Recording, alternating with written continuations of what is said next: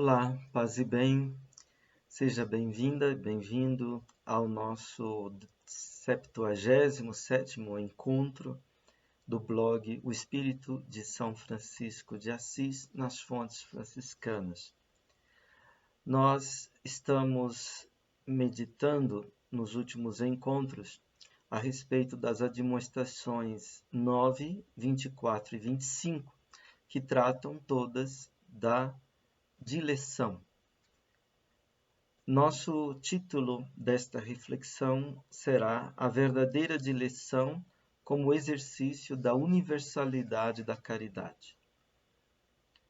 Nos últimos 3 encontros, nós refletimos sobre 3 admoestações de São Francisco a respeito do tema da dileção, a 9ª, a 24ª e a 25ª.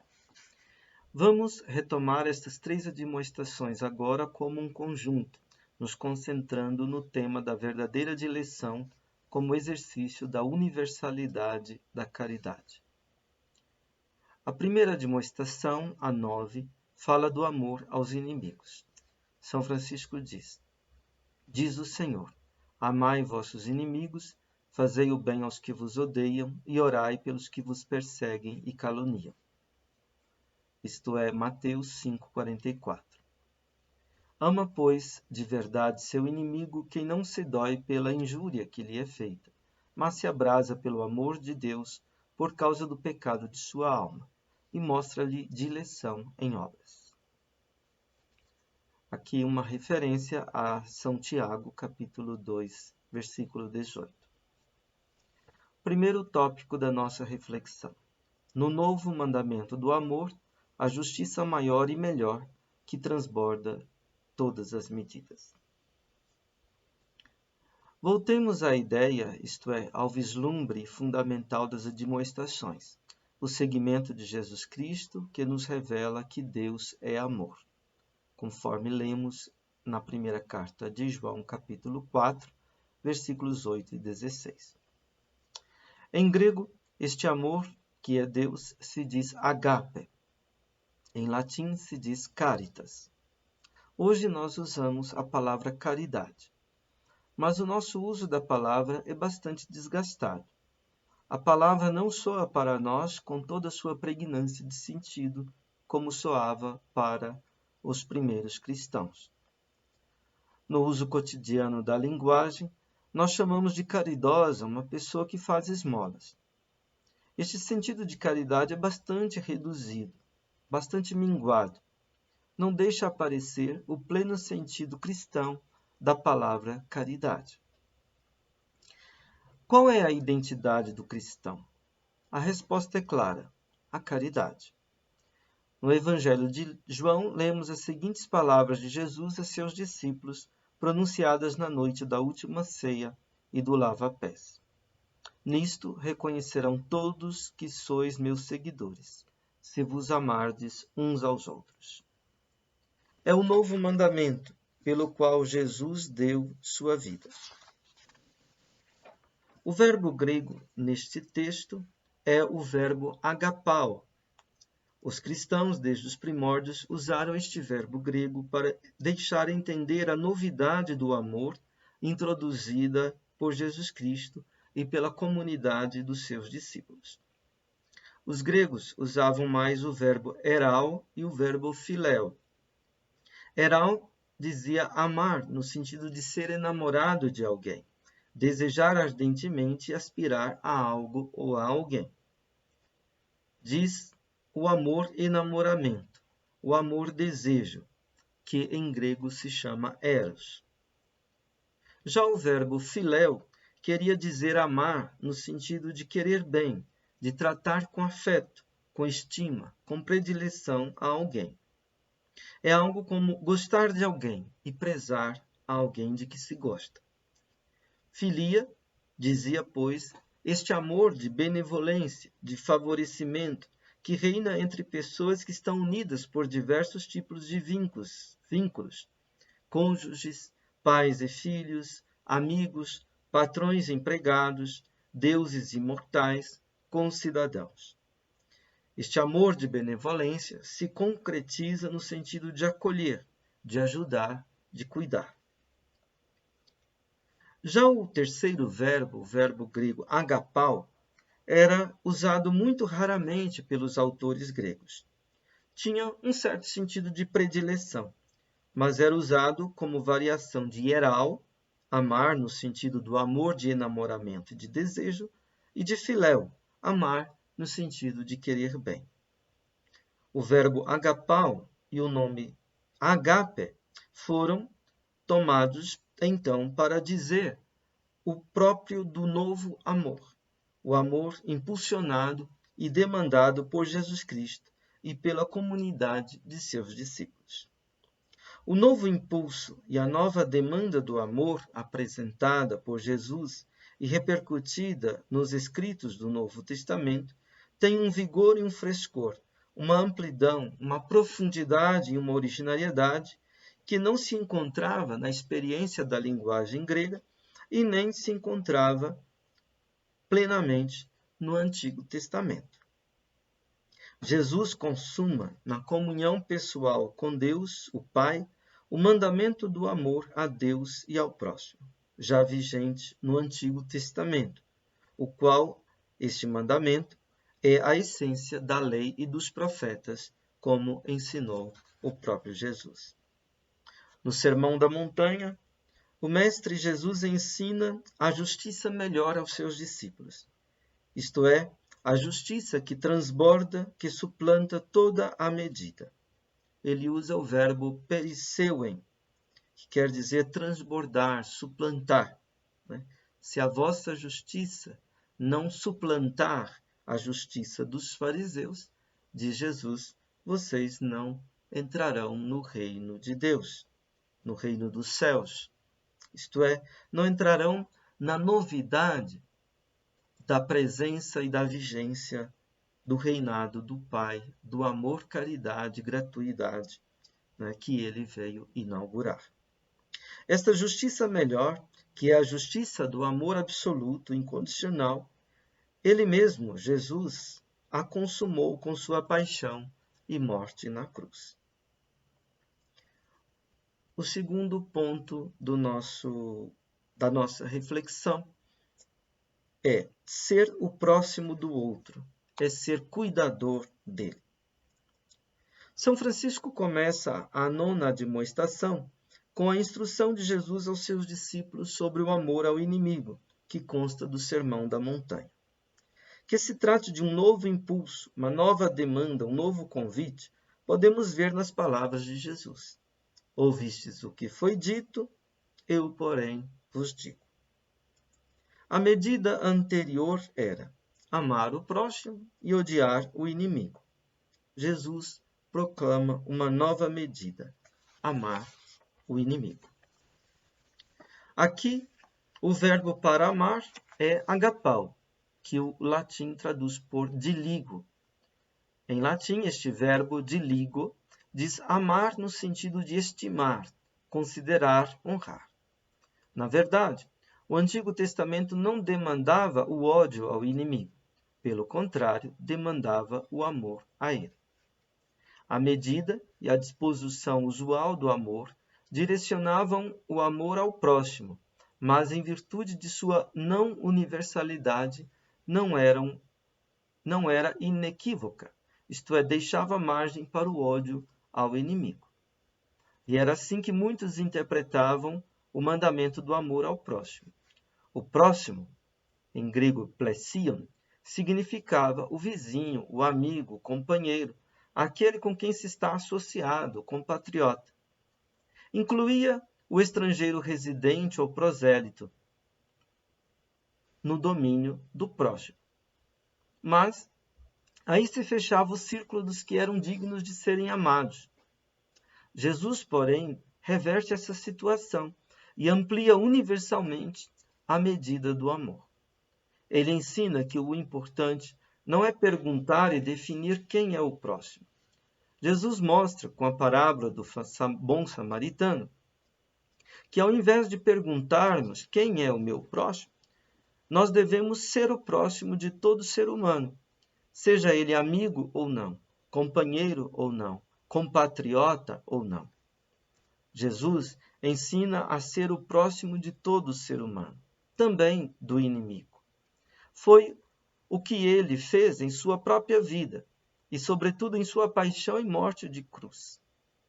O inimigo, isto é, aquele que é hostil, que despreza, ultraja, persegue, também há de ser amado com cuidado diligente, com misericórdia.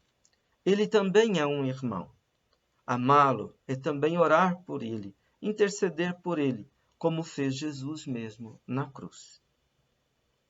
Na sua exposição ao Pai Nosso, São Francisco, ao comentar a prece, e perdoa-nos as nossas dívidas, assim como nós perdoamos aos nossos devedores, diz: e o que nós não perdoamos plenamente, faz-nos tu, Senhor, perdoar plenamente, para que, por tua causa, amemos de verdade os inimigos e por eles intercedamos devotamente junto de ti, não retribuindo nenhum mal pelo mal, e nos empenhemos para, em tudo, frutificar em ti. O amor ensinado por Jesus é um amor universal concreto. Não conhece distinções, discriminações, exclusões. Ser o próximo do outro é cuidar dele, na singularidade de sua situação e na concretude de sua necessidade. É exercer o cuidado, o bem-querer, a estima, a consideração, com diligência, solicitude e com misericórdia. E não há limite para isso. Nós devemos ser os próximos, isto é, os cuidadores diligentes de todos aqueles que nos vêm ao encontro e mesmo daqueles que nos vêm de encontro, ou seja, que vêm contra nós, contrariamente a nós na vida. Ter um amor que é ao mesmo tempo concreto e singular, mas também universal, isto é, que acolhe todo o diverso e todo o diferente na sua disposição de querer o bem, de cuidar, é, segundo o ensinamento de Jesus no Sermão da Montanha, ser perfeito como o Pai Celeste é perfeito. Esse amor é universal, sem ser abstrato. Não ama a humanidade genericamente. Não ama o homem, ama os homens. Mas ama de antemão na decisão e a cada vez, em cada vicissitude, a todo, a qualquer ser humano, como a um irmão. É o sentido da fraternidade universal, cujo sentido foi captado e concretizado por São Francisco de maneira excelente. Por isso, muitos o chamaram a São Francisco de Irmão Universal. O terceiro ponto de nossa reflexão, a boa nova de um amor universal concreto, extraordinário.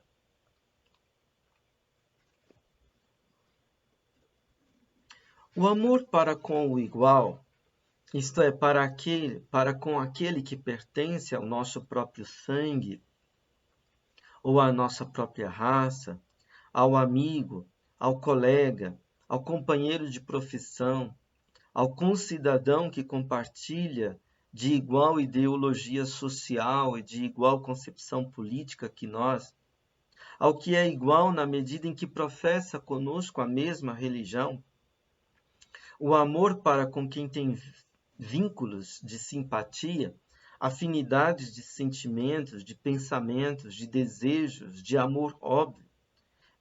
Este amor óbvio, ordinário, que opera por distinções, que permanece, como nós dizemos hoje, nas suas bolhas, e que opera por distinções, que traz consigo discriminações e exclusões do diverso e do diferente. Este amor natural, habitual, normal, ordinário, não se abre ao dinamismo do novo impulso do amor dado por Jesus e pelos seus discípulos. O amor que surge do novo impulso dado por Jesus é um amor universal concreto e também um amor extraordinário. Nisso está o próprio cristão. Isso manifesta a essência, a identidade do ser cristão. O amor extraordinário é o amor superabundante, transbordante, que suplanta toda a medida natural, mundana, habitual, normal, ordinária de amar. Este é um amor pobre, desprendido, aberto, vazio, para acolher tudo e todos em seu cuidado, em sua misericórdia. Este é o amor mais puro, mais casto, mais virginal que há. É o amor mais obediente, isto é, mais disposto a escutar, a seguir o fio e o princípio do bem-querer, da estima, no encontro com todo ser humano, a cada vez, em cada vicissitude, concretamente. É o amor mais inocente, isto é, mais não violento, mais pacífico que há. O diverso e o diferente, do ponto de vista pessoal, religioso, político, é considerado neste amor como irmão. É o sentido da expressão fratelli tutti, todos irmãos, que o Papa Francisco assumiu para orientação e para diálogo com os irmãos católicos, os irmãos cristãos, todos os outros seres humanos de boa vontade da Terra. Um amor social baseado numa fraternidade universal. Nada é mais salutar na história humana do que isso. Jesus Cristo e São Francisco indicaram bem o caminho deste amor extraordinário. Quem ama assim em ação e sofrimento, em paciência, se identifica com o Jesus Cristo crucificado, se identifica com o Pai Celeste, que faz nascer o sol sobre bons e maus, que faz cair a chuva sobre justos e injustos. Este amor simples, indiviso, universal concreto, é o amor pleno, consumado. O Espírito Santo é o sopro, a vitalidade deste amor. Este amor é o carisma mais excelente do Espírito, como repercutiu São Paulo no seu famoso hino à caridade. Quarto ponto de nossa reflexão. Um amor que integra a diversidade e a diferença na sua identidade. O amar o próximo como a si mesmo, visto desde a perspectiva deste amor-caridade, amor extraordinário, universal, concreto, gratuito, simples, indiviso, recebe uma nova luz. O como, do como a si mesmo, não quer dizer de modo próprio igualmente. Em jogo não está aqui a igualdade. Em jogo está aqui antes a integração da diversidade e da diferença na identidade. E este amor requer um maior e mais pleno amor a si mesmo. O amor egoísta, autorreferenciado, um amor que ama o igual, é um amor a si mesmo medíocre e pequeno. O amor extraordinário da caridade, porém, é um amor a si mesmo em que o ser humano recebe e dá a si mesmo uma identidade excelente, a identidade de filho de Deus, a identidade que acolhe todo o diferente e todo o diverso como irmão. A dinâmica deste amor traz consigo a superação de todo o ódio, tanto o ódio a si mesmo quanto o ódio do outro. Vou ler aqui uma citação do professor Emanuel Carneiro Leão no livro Aprendendo a Pensar 3. Abre aspas. Porque nas peripécias históricas e biográficas da identidade, o ser humano não somente ama a si mesmo, mas também odeia a si mesmo. Embora na vida individual seja um ódio escamoteado, larvatus prodeo, caminho mascarado, como diz Freud.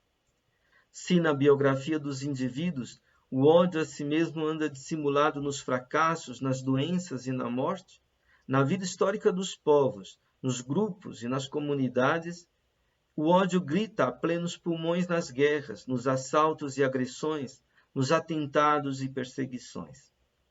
Se no passado sempre presente, a violência na maioria das vezes se revestia de atos de indivíduos, hoje em dia vivemos não apenas atos violentos, mas em estado de violência de toda uma civilização.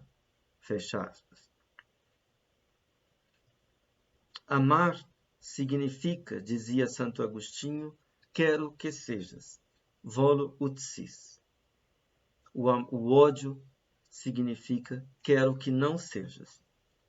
O amor promove realizações e concretiza possibilitações. O amor salva, isto é, resguarda o ser do ser humano em sua essência, em sua unidade, na paz. O ódio destrói e aniquila. Destrói o real e aniquila o possível. Se o amor integra em sua identidade todas as diferenças e diversidades, a indiferença e o ódio criam uma igualdade desértica, monótona, monócrona, uma igualdade desoladora sobre a face da terra.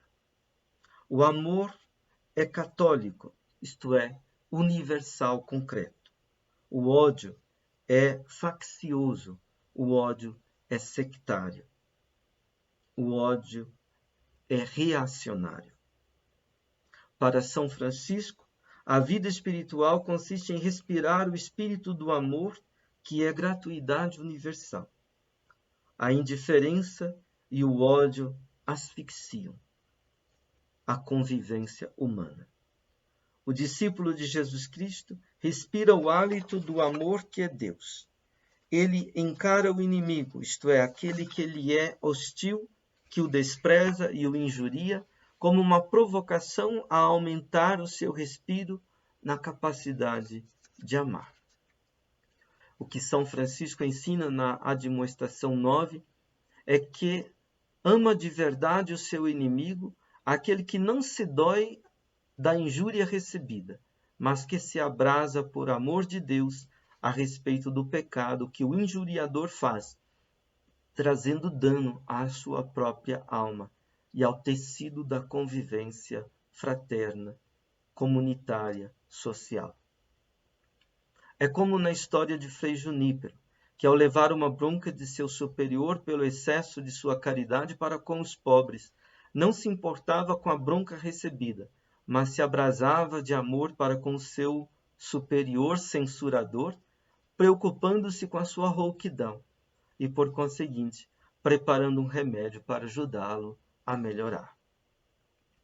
Essa concepção de amor que Jesus Cristo e São Francisco ensinaram traz uma visão larga, isto é, imensa, profunda, originária da vida. Frei Harada comenta, abre aspas, esta visão grande do universo é que se chama caridade. É bem diferente de certa caridade tipo, vamos fazer um sacrifício, vamos suportar esta injúria, afinal o Senhor também se sacrificou por nós, vamos também suportar alguém. Isso é bonito, mas não tem essa largura, essa intuição grande do universo e de nós mesmos, que a espiritualidade franciscana tem. Fecha aspas. O quinto ponto é da nossa reflexão. Amar sem esperar ser amado, a verdadeira caridade e a perfeita alegria. Esta largueza universal do amor-caridade, melhor, do amor de eleição, que estima todo ser humano como irmão, cuidando dele diligentemente, é retomada nas admoestações 24 e 25. Na admoestação 24, lemos: Bem-aventurado o servo que ama tanto seu irmão enfermo, quando não o pode satisfazer, como quando está sadio e pode satisfazê-lo. O servo, isto é, o discípulo, seguidor, filho de Deus, é bem-sucedido e frutifica de maneira excelente no amor de caridade, em direção de verdade, ou seja, em direção real, na concretude da vida, quando ama o próximo que não pode satisfazê-lo. O amor-desejo busca a satisfação própria no outro. No amor de benevolência, que se dirige ao outro, que se mostra como nosso igual, subsiste, reina a mútua satisfação um com o outro. O amor-caridade, na verdadeira direção, porém, não espera retribuição, gratificação, satisfação, reconhecimento que venha do outro. Amar o enfermo é, para São Francisco, uma ocasião especial de se aprender o amor-caridade na verdadeira direção. Amar o enfermo, que corresponde aos cuidados e que é cordial com quem dele cuida, é uma satisfação que nos satisfaz. Mas amar o enfermo que não corresponde aos cuidados que são dispensados a ele, e que não é cordial, antes que é amargo com quem dele cuida, não traz satisfação para o cuidador. Se o cuidador apenas aguenta o enfermo e considera-se estar se sacrificando no cumprimento de seu dever, seu respiro é muito curto para amar com amor-caridade, em verdadeira dileção. Falta ao cuidador, nesta situação, respirar o sopro do amor-gratuidade, que é o Espírito Santo.